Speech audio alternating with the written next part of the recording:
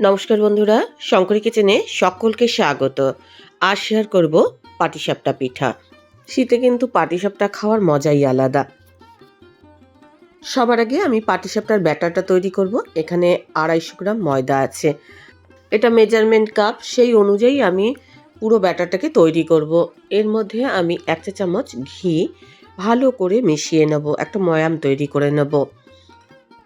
Batter থেকে পুর প্রত্যেকটা স্টেপই কিন্তু ফলো করার মতো। ময়াম দেওয়া হয়ে গেছে। এবার সমপরিমাণ চালের গুঁড়ো আমি মেশাবো। এটা হাতে তৈরি চালের গুঁড়ো। চালের গুঁড়ো কিভাবে তৈরি করা হয় সেটা কিন্তু আমি আগে শেয়ার করেছি। এছাড়া আমার ব্লগ চ্যানেল ঘরে বাইরেতেও আমি 2-4 দিন আগে কিভাবে চালের গুঁড়ো করতে হয় সেটা শেয়ার করেছি। এবার আমি এর মধ্যে দিচ্ছি 150 গ্রাম চিনি। ময়দা আর চালের গুঁড়ো যতটা নিয়েছি, যেই কাপ অনুযায়ী, তার থেকে কম নিয়েছি চিনি। সব কিছু ভালো করে আমি মিশিয়ে নিচ্ছি। এবার আমি 1/2 লিটার দুধ দিয়ে এই ব্যাটারটাকে পাতলা করে নেব। দুধের পরিবর্তে জল দিয়েও আপনারা ব্যাটারটা পাতলা করতে পারেন।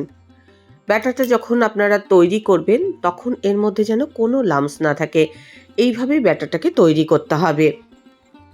ব্যাটারটা তৈরি করে আমি এটা এখন রেস্ট দেব। চিনিটাও একটু ভালোভাবে গুলে যাবে।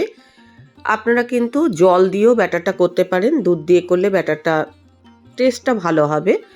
আমার মনে হলো আরেকটু ব্যাটারটা পাতলা করতে হবে, সেই জন্য আমি কিছুটা পরিমাণ জল এর মধ্যে ব্যবহার করেছি। এর ঘনত্ব দেখুন, আপনাদের দেখিয়ে দিচ্ছি কীরকম হবে। খুব বেশি মোটাও হবে না, আবার একদম পাতলা হবে না। এবার পুরের জন্য আমি নিয়েছি খোয়া ক্ষীর। এখানে 150 গ্রাম খোয়া ক্ষীর আছে। খোয়া ক্ষীরটাকে গ্রেট করে রাখবো। ব্যাটারটা কিন্তু আমি এখন রেস্ট দিয়েছি, আর তারই মধ্যে পুরটাকে আমি তৈরি করে নেব। আজকের রেসিপিটা দেখার পর আপনাদের যদি ভালো লাগে তাহলে অবশ্যই একটা লাইক, শেয়ার ও কমেন্ট করবেন। বেল আইকন সমেত আমার চ্যানেলটা সাবস্ক্রাইব করে আমার পাশে থাকবেন। বেল আইকনটা ক্লিক করা থাকলে আমার যে কোনো রেসিপি বা আমি যাই আপলোড করি না কেন সবার আগে নোটিফিকেশন আপনার কাছেই পৌঁছে যাবে। এখানে একটা নারকেল কুড়ে নিয়েছি। এই নারকেলটা মিক্সি জারে দিয়ে পেস্ট করে নেব।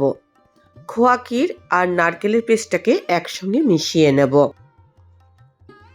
নারকেল আর খোয়া ক্ষীর একসঙ্গে পেস্ট করে তারপরে যদি পুর তৈরি করা হয় তাহলে কিন্তু এটা খেতে খুব ভালো লাগবে।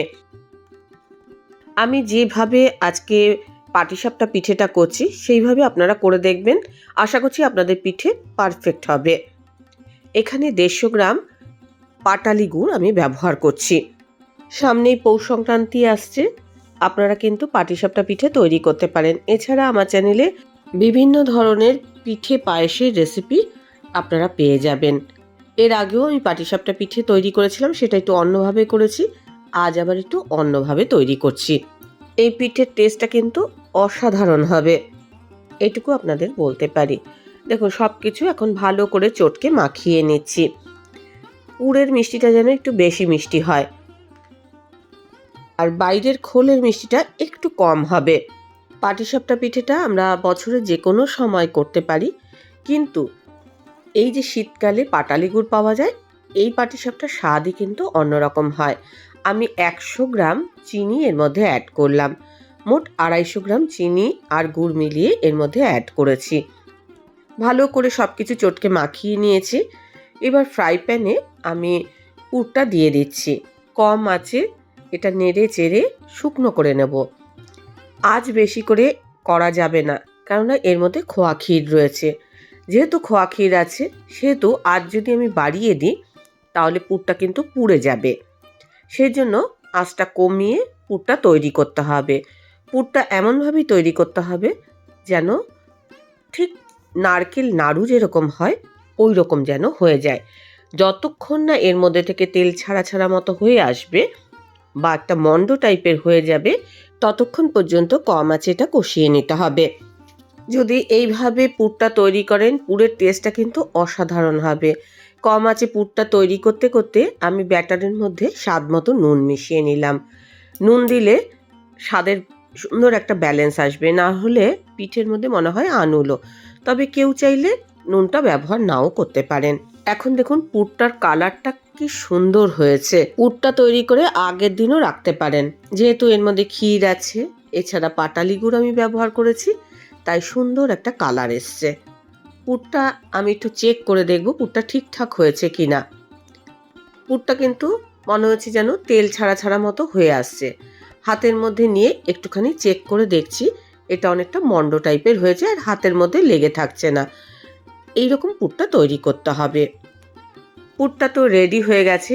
এবার আমি পুরটা থেকে কয়েকটা গুলি পাকিয়ে নেব এবং গুলিগুলোকে ঠিক আঙুলের যেরকম সাইজ হয় সেরকম সাইজে আমি লম্বা লম্বা করে পাক দেব এবং এগুলো রেডি করে রাখতেও পারেন, আবার নাও রাখতে পারেন। যখন পিঠেটা গড়বেন তখন এগুলো গড়ে নিতে পারেন। আমি আগে একটুখানি গড়ে রাখছি। ঠিক দেখুন এরকম লম্বা লম্বা করে গড়ে রাখলাম। একটা চাটুর মধ্যে আমি সাদা তেল ব্রাশ করে নিচ্ছি। এবার একটা গোল হাতার সাহায্যে ব্যাটারটা আমি দিয়ে দিলাম এবং এই যে চাটুটাকে আমি একটুখানি গোল করে ঘুরিয়ে ঘুরিয়ে আমি ব্যাটারটাকে পুরো চাটুর মধ্যে ছড়িয়ে দিলাম। এই কাজটা আপনারা কড়াইয়ের মধ্যেও করতে পারেন, ফ্রাই প্যানে করতে পারেন, আপনার যেটাতে সুবিধা। একটা সাইডে পুরটা দিয়ে দিলাম। এবার আস্তে আস্তে করে আমি রোল করব। ব্যাটারটা দেওয়ার পর টেম্পারেচারটা একটু কম করে দিতে হবে, না হলে কিন্তু এই যে পাটিসাপটা পিঠেটা পুড়ে যাবে। প্রথমবার থেকেই কিন্তু পিঠেটা একদম পারফেক্ট উঠবে। ব্যাটারটা যেভাবে আমি তৈরি করেছি সেইভাবে আপনারা যদি তৈরি করেন তাহলে কিন্তু পিঠেটা করতে আপনাদের কোনো অসুবিধা হবে না। দেখুন একটা সাইড থেকে আমি উল্টে নিয়েছি, আবার খুন্তি দিয়ে আরেকটা সাইড থেকে ফোল্ড করে দিলাম। পিঠে কিন্তু একেবারে রেডি। পিঠের মধ্যে দেখুন একটা জালি জালি ভাব এসছে, খুব সুন্দর হয়েছে পিঠেটা।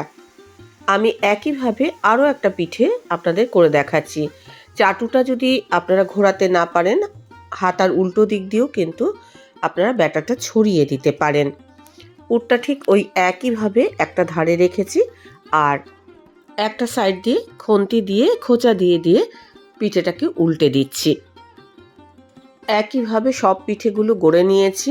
দেখুন সাইডে দেখতেই পাচ্ছেন অনেকগুলো পিঠে কিন্তু গড়া হয়ে গেছে আর প্রত্যেকটা পিঠেই কিন্তু খুব সুস্বাদু এবং লোভনীয় হয়েছে।